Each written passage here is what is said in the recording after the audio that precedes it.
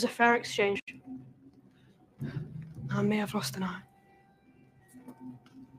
but I gained a dragon.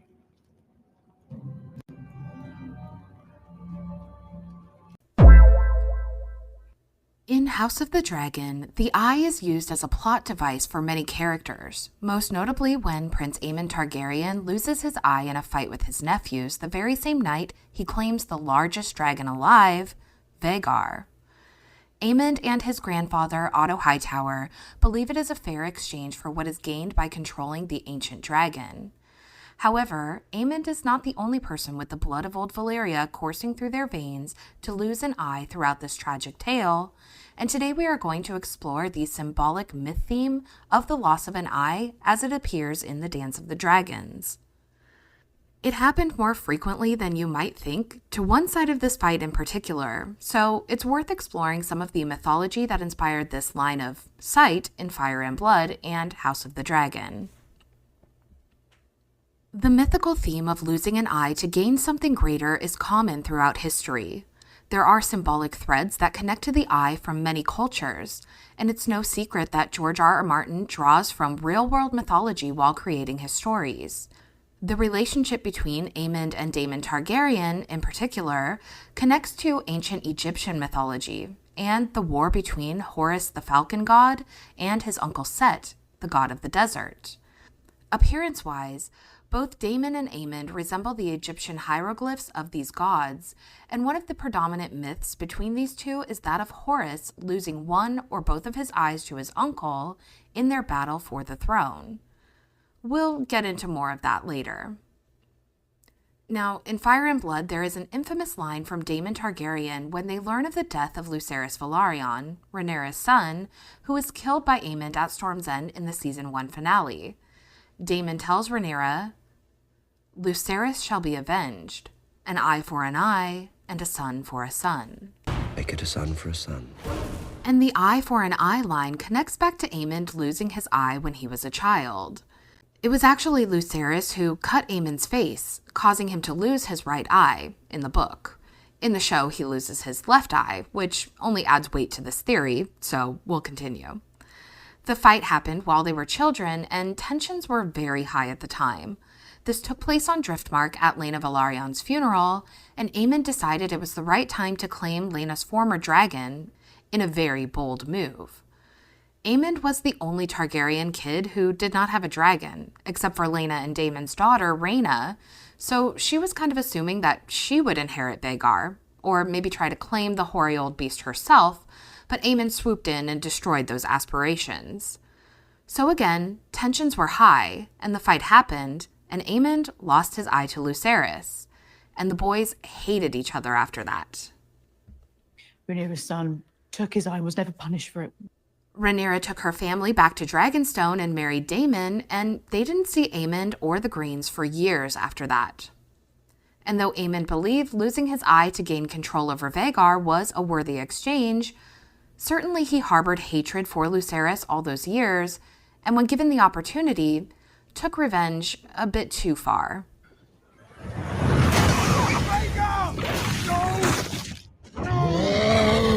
Aemond is super cool and stuck a sapphire into his eye socket.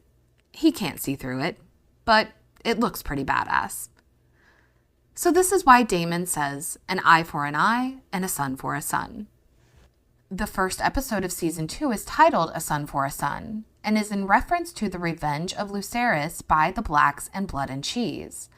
The eye for an eye part takes a back seat to the other half of the statement, a son for a son.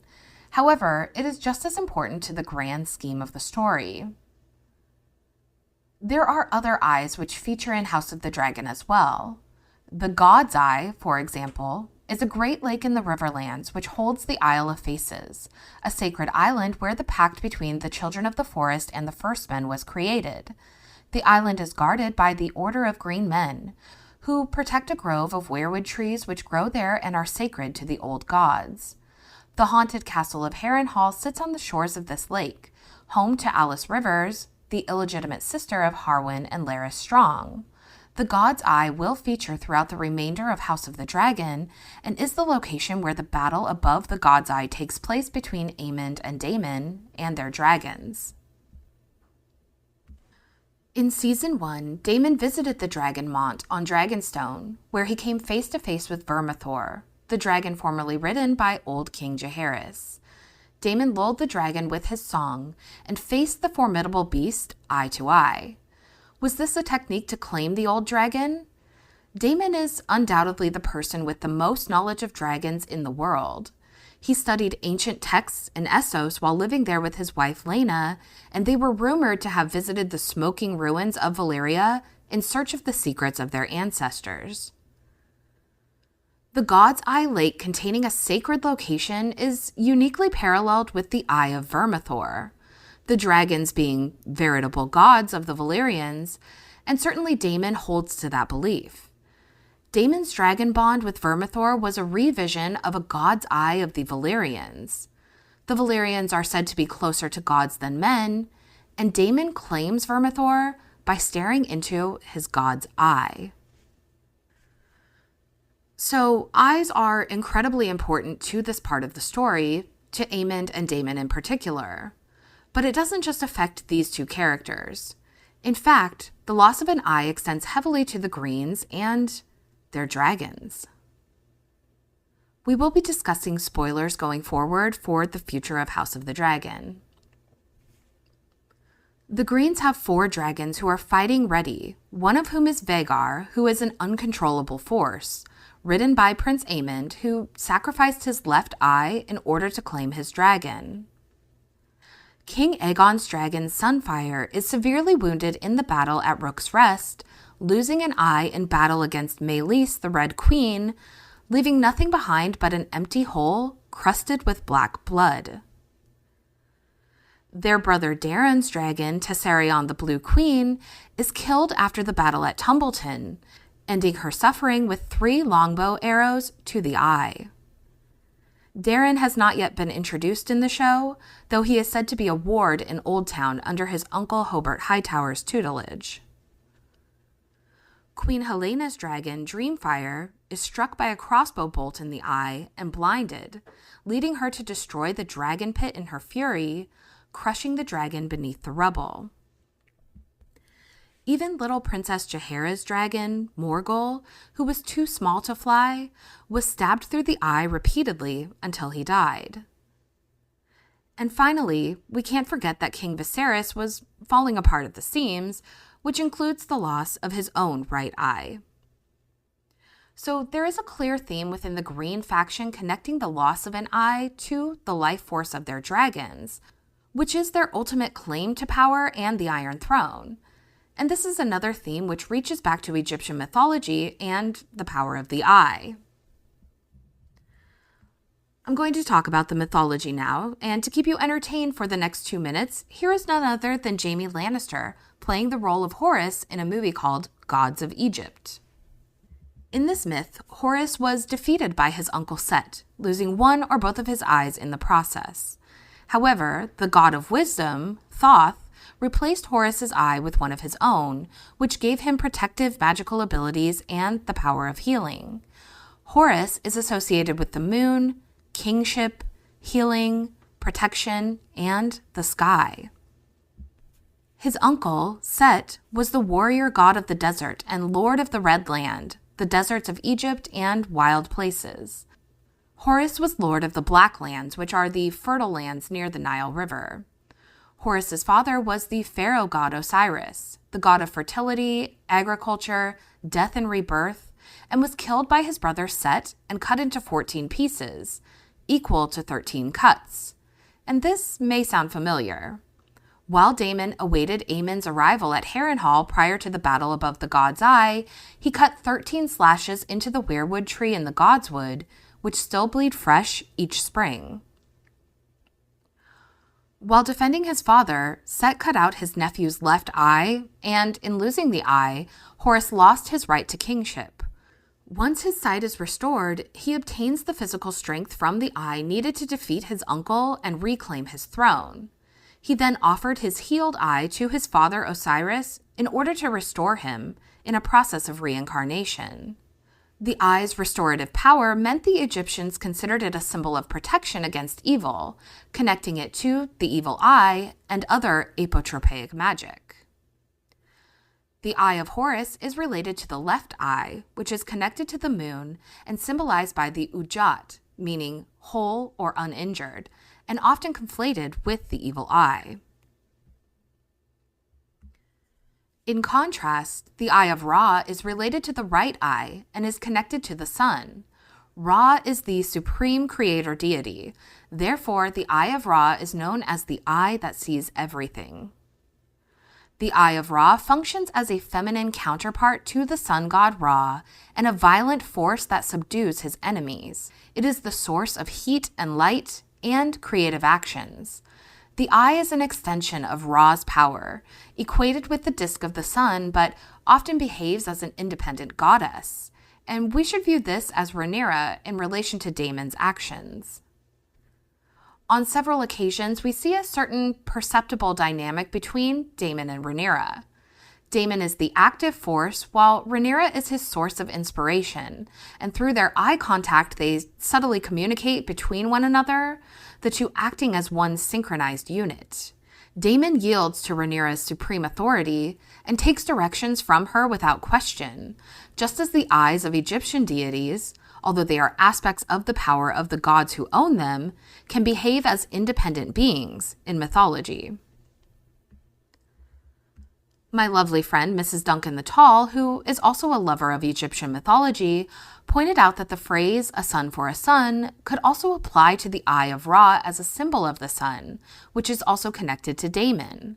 Sun, there's something there. So what we can learn is that the eye is a symbol of kingship. In Aemond's case, he sacrificed his eye in order to gain the largest and most ancient dragon in the world, a symbol of enormous power and supremacy. He replaced his left eye with a sapphire, which represents royalty, prophecy, and divine favor. And the left eye is associated with Horus and the moon, which is also seen when he claims Vhagar under the moonlit sky. Daemon, rather, masters the eye of the dragon, and while it is unclear if he will fly Vermithor or have some level of control over the dragon, he gazes into the god's eye and maintains control in the face of death. Aemond couldn't even hold his gaze in the face of his uncle, so his desire to face off with Daemon shows his foolhardiness and lack of reverence for the power of the dragon. The division between the Greens and Blacks prevented the Hightower children from growing up with the same level of respect and knowledge of the dragons which they wield.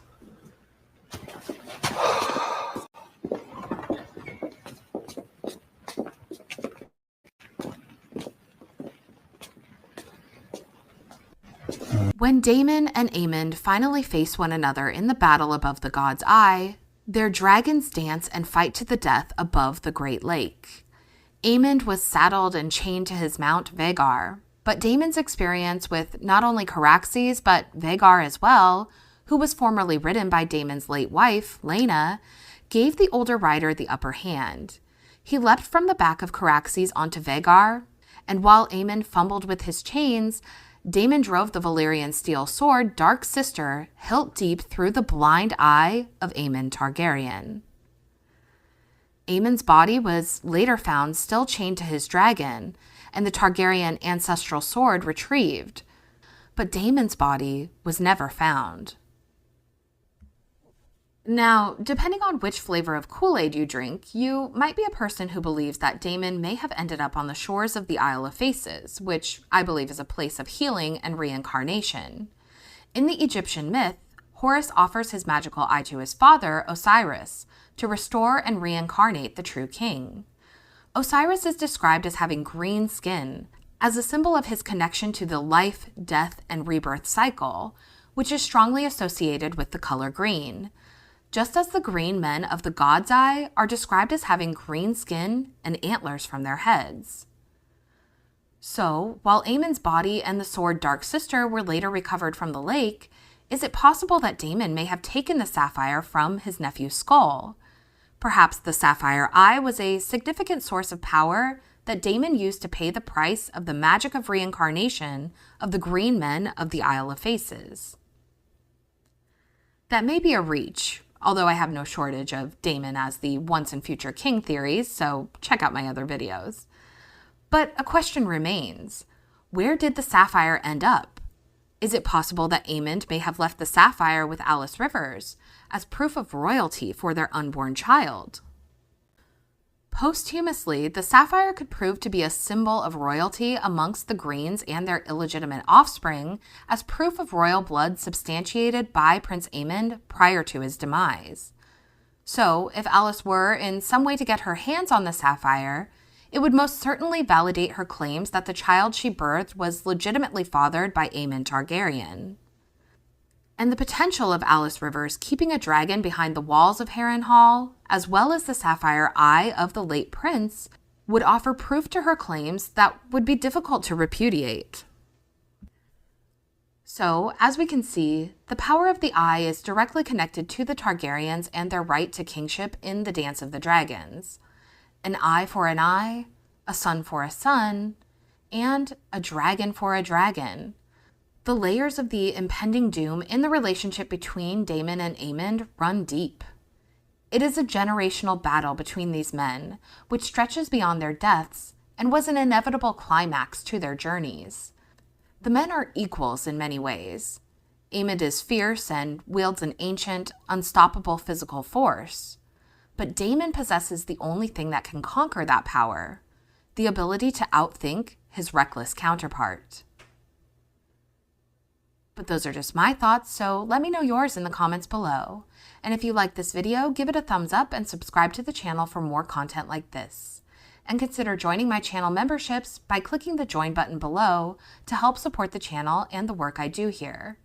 Thank you all so much for watching, and we'll see you in the next one. Bye! I know, Alice, but I cannot restore his eye. No, because it's been taken. Gone too far. I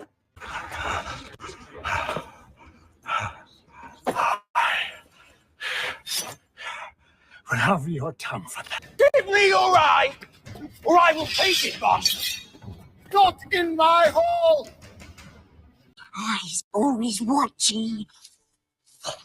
Stabs him out. Put out his eyes and let him crawl.